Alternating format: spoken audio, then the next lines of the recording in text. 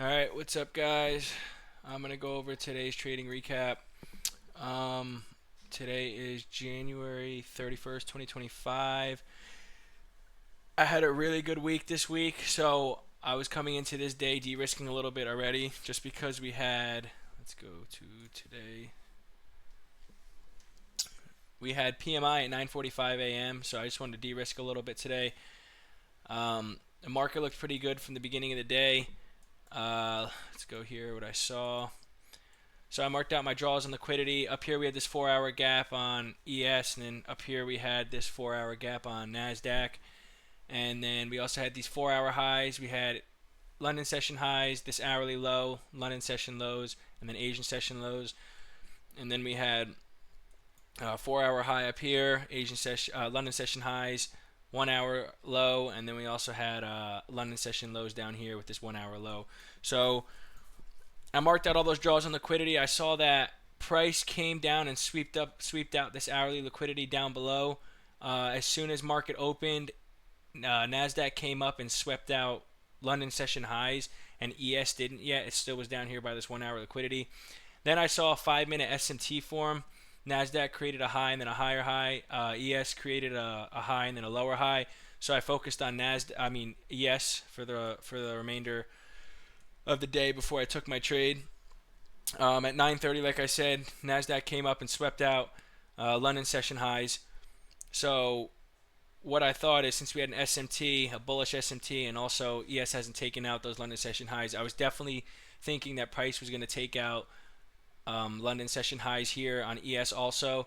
I was going to set my second take profit for these 4-hour highs, but I de-risked today. I just wanted to get in and out of the market. Usually I'd let it run to these 4-hour highs, which you see ended up hitting, and then price came back down and swept liquidity and swept all this sell side liquidity. So I saw this 5-minute SMT here.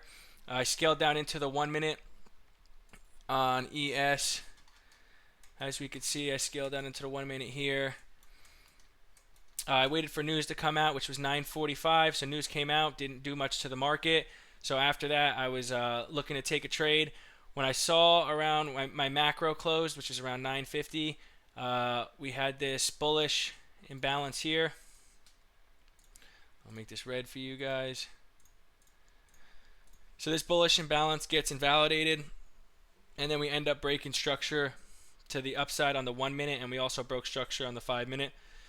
So once I saw that, I didn't end up taking a trade right away. I wanted to see us come back down and retest this area, but I also measured out equilibrium. So I had equilibrium from these highs, from these lows to these highs. So I saw price come back into this inverse fair value gap, and it also came into equilibrium. Then we got buying pressure out of it. I ended up entering off this candle right here when it closed. I targeted Asian session highs, and then I put my stop loss right below this inverse fair value gap. So it was a 1 to 1.7 risk to reward trade, and I also de-risked a little bit, so I didn't make a good amount of money today, but I made enough. I had a good week. I made plenty of profit this week. I wanted to end it on a good day, and there was PMI today, and I just wanted to go into this day de-risking. But if there was an opportunity for me to trade, I was going to take that trade, but I was going to de-risk regardless. So we had a 1 to 1.7 on this, and then usually I would let my profits run to these 4-hour highs up here because I saw NASDAQ was coming to these 4-hour highs. They ended up sweeping it around 10:10. So where did we end up sweeping it around on ES? We ended up sweeping it around 10:05. So that would have been a 1 to 2.83 risk to reward ratio right there. So I just wanted to get in and out of the market. Like I said, today I had a good week, and now I finished the week even better. So the past 2 weeks I've been hitting trades really good. My strategy's been working very well, and I'll be posting more educational videos this weekend. I'm not sure what I'm going to be posting it on yet, but I'll get some stuff uploaded to that. But yeah, this is the trade I ended up taking today, and yeah, I'll end up seeing you guys next week. So